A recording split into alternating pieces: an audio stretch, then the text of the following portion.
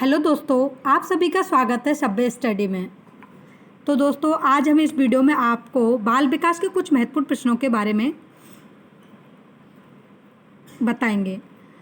Please दोस्तों, आप इस वीडियो को लाइक, शेयर, सब्सक्राइब करना ना भूलें, क्योंकि दोस्तों ऐसा करने से हमारा थोड़ा मनोबल बढ़ता है और हम इसी प्रकार आपको वीडियो उपलब्ध कराते रहेंगे। चलो दोस्तों, स्टार्ट करते हैं। बुद्धि परीक्षण निर्माण के जन्मदाता। बुद्धि परीक्षण निर्माण के जन्मदाता हैं अल्फ्रेड बिने। संवेदन ज्ञान की पहली सीढ़ी है, यह कथन है। संवेदन ज्ञान की पहली सीढ़ी है, यह कथन है मानसिक विकास का। तर्क, जिज्ञासा तथा निरीक्षण शक्ति का विकास होता है की आयु पर 11 वर्ष की आयु पर बालक तर्क, जिज्ञासा, निरीक्षण और शक्ति का विकास कर लेता है। इस अवस्था में बालकों में नई खोज करने की और घूमने की प्रवृत्ति बहुत अधिक बढ़ जाती है। बाल्य, उत्तर बाल्यकाल। निम्न में से कौन सा वंशानुक्रम का नियम नहीं है? अभिप्रेरण। इस अवस्था को मिथ्या परिपक्वता का समय भी कहा जाता है। कौन सी अवस्था है? बाल्य अवस्था। शैशव अवस्था की विशेषता नहीं है नैतिकता का होना। छोटे बच्चों में नैतिकता का अभाव पाया जाता है। एक अध्यापक की दृष्टि में कौन सा कथन सर्वोत्तम है? प्रत्येक बच्चा सीख सकता है। मैकडूगल के अनुसार मूल प्रवृत्ति जिज्ञासा का संबंध संवेग कौन सा है? आश्चर्य। किस मनोवैज्ञानिक के अनुसार विकास एक सतत और धीमी धीमी प्रक्रिया है? हरलॉग। निम्नलिखित में से कौन सा कारक अधिगम में बाधक होता है? अभिप्रेरणा, रुचि, अधिगम निसहायता, बुद्धि, अधिगमित निसहायता। निम्नलिखित में से कौन सा कारक स्मृति से संबंधित नहीं है? अनुभूति स्मृति से संबंधित नहीं है। पावलोव ने सीखने के अनुबंध प्रतिक्रिया सिद्धांत का प्रतिपादन कुत्ते पर किया था। सीखने के वक्र सीखने की प्रगति का सूचक होता है। बच्चों के गणित सीखने संबंधी अक्षमता डिस्कैलकुलिया कहलाती है। बच्चों के गणित सीखने संबंधी अक्षमता डिस्कैलकुलिया कहलाती है। अधिगम के स्थानांतरण हेतु सर्वाधिक उपयुक्त परिस्थिति आवश्यक है। समान घटक। समान घटक अधिगम के स्थानांतरण हेतु सर्वाधिक उपयुक्त परिस्थिति है। गैने निम्न में से किससे संबंधित हैं? गैने ने अधिगम का श्रेणी क्रम बताया था। अधिगम के किस कारक को अध्यापक विकसित नहीं कर सकता? अधिगम के किस कारक को अध्यापक विकसित नहीं कर सकता है दोस्तों? परिपक्वता को विकसित नहीं कर सकता। बच्चे के संज्ञानात्मक विकास हेतु उत्तम स्थान है विद्यालय एवं कक्षा का वातावरण। व्यवहार में होने वाले परिवर्तन जो अभ्यास के कारण होते हैं को कहा जाता है अधिगम। व्यवहार में होने वाले परिवर्तन जो अभ्यास के कारण होते हैं उनको क्या कहा जाता है? अधिगम। निम्नलिखित में से कौशल भावनात्मक बुद्धि से संबंध नहीं होता। निम्नलिखित में से कौन सा कौशल भावनात्मक बुद्धि से संबंधित नहीं होता? भावनाओं की आलोचना। भावनाओं की आलोचना। बच्चे फिल्मों में दिखाए गए हिंसात्मक व्यवहार को सीख सकते हैं। यह निष्कर्ष निम्नलिखित में से किस मनोवैज्ञानिक द्वारा दिया गया? तो दोस्तों, इस क्वेश्चन का आंसर आप बताना।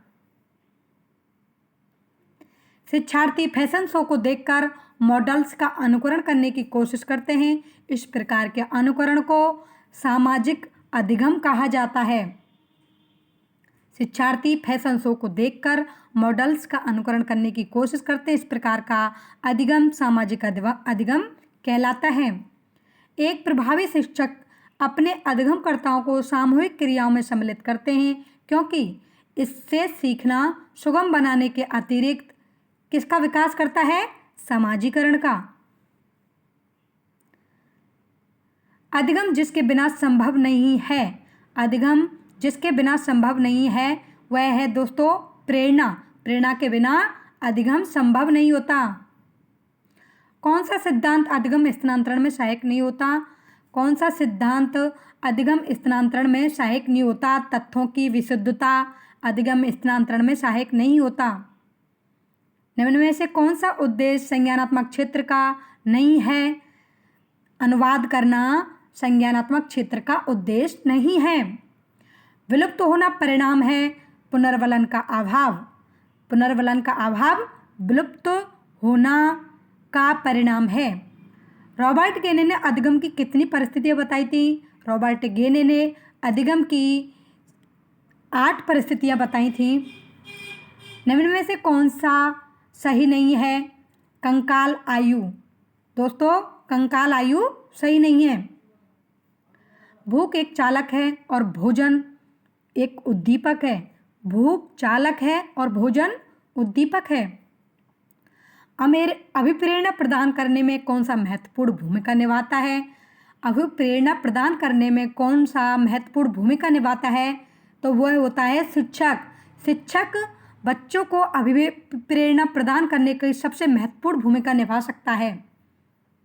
संप्रेषण से आज से होता है संप्रेषण, यानी एक दूसरे से विचारों का आदान प्रदान करना संप्रेषण है। शिक्षा में अभिप्रेरणा का महत्व दर्शाने वाले बिंदु नहीं हैं। शिक्षा में अभिप्रेरणा का महत्व दर्शाने वाले बिंदु नहीं है। खेलकूद। दोस्तों ये शारीरिक विकास से संबंधित होता है, ना कि अभिप्रेरणा से। शिक्षक बालक के व्यवहार में किस तरह परिवर्तन कर सकता है?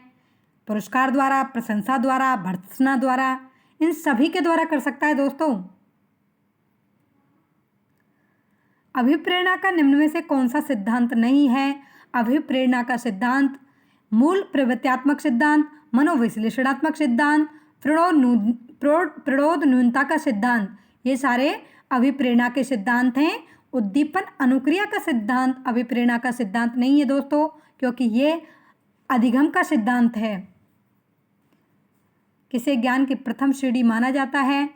संवेदना को ज्ञान की प्रथम सीढ़ी माना जाता है। संवेदना को ज्ञान की प्रथम सीढ़ी माना जाता है। लेविन के अनुसार व्यवहार व्यक्ति तथा वातावरण कार्य है। इन्होंने किस सिद्धांत में इस बात को महत्व दिया? लेविन के अनुसार व्यवहार व्यक्ति वातावरण कार्य है। इन्होंने किस सिद्धांत में इस बात को महत्व दिया? क्षेत्रीय सिद्धांत। लेविन क्षेत्रीय सिद्धांत। लेविन ने क्षेत्रीय सिद्धांत। प्रेरकों के वर्गीकरण में निम्नलिखित में से कौन सा सही नहीं है? व्यवहारिक प्रेरक। व्यवहारिक सही नहीं है। प्रेरकों के वर्गीकरण में व्यवहारिक सही नहीं है। अभिप्रेरणा से संबंधित व्यवहार का लक्षण। अभिप्रेरणा से संबंधित व्यवहार का लक्षण होता है उत्सुकता। उत्सुकता अभिप्रेरणा से संबंधित व्यवहार का लक्षण है। स्वधारणा अभिप्रेरक है चेतावनीपूर्ण आंतरिक धारणा की। स्वधारणा अभिप्रेरक है चेतावनीपूर्ण आंतरिक धारणा की। स्वाभाविक प्रेरक होता है दोस्तों, स्वाभाविक प्रेरक होता है अनुकरण, क्योंकि छोटे बच्चे अपने स्वभाव के अकॉर्डिंग ही एक दूसरे का अनुकरण करते हैं। वह कारक जो व्यक्ति को कार्य करने के लिए उत्साह बढ़ाता है और घटाता है, वह कौन सा कारक है दोस्तों? वह कारक है आपकी अभिप्रेरणा। अगर आप अभिप्रेरणा आपकी सकारात्मक है तो बच्चा आगे बढ़ता है। अगर नकारात्मक अभिप्रेरणा हुई तो बच्चा उसमें इंटरेस्ट रुचि नहीं लेता है। अभिप्रेरणा को प्रभावित करने वाला कारक है। अभिप्रेरणा को प्रभावित करने वाले कारक आवश्यकताएं, आकांक्षा स्तर, रुचि, संवेगात्मक की स्थिति, उपयुक्त सभी हैं दोस्तों। ऐसे प्रेरक जो व्यक्ति जन्म के साथ ही लेकर आता है वह प्रेरक जन्मजात प्रेरक कहलाते हैं। कौन सा प्रेरक अर्जित प्रेरक नहीं है दोस्तों? क्रोध अर्जित प्रेरक नहीं है, यह जन्मजात प्रेरक है। अर्जित प्रेरक के अंतर्गत आते हैं जीवन लक्ष्य व मनोवृत्तियाँ, मद्य व्यसन, आदत की व्यवस्था।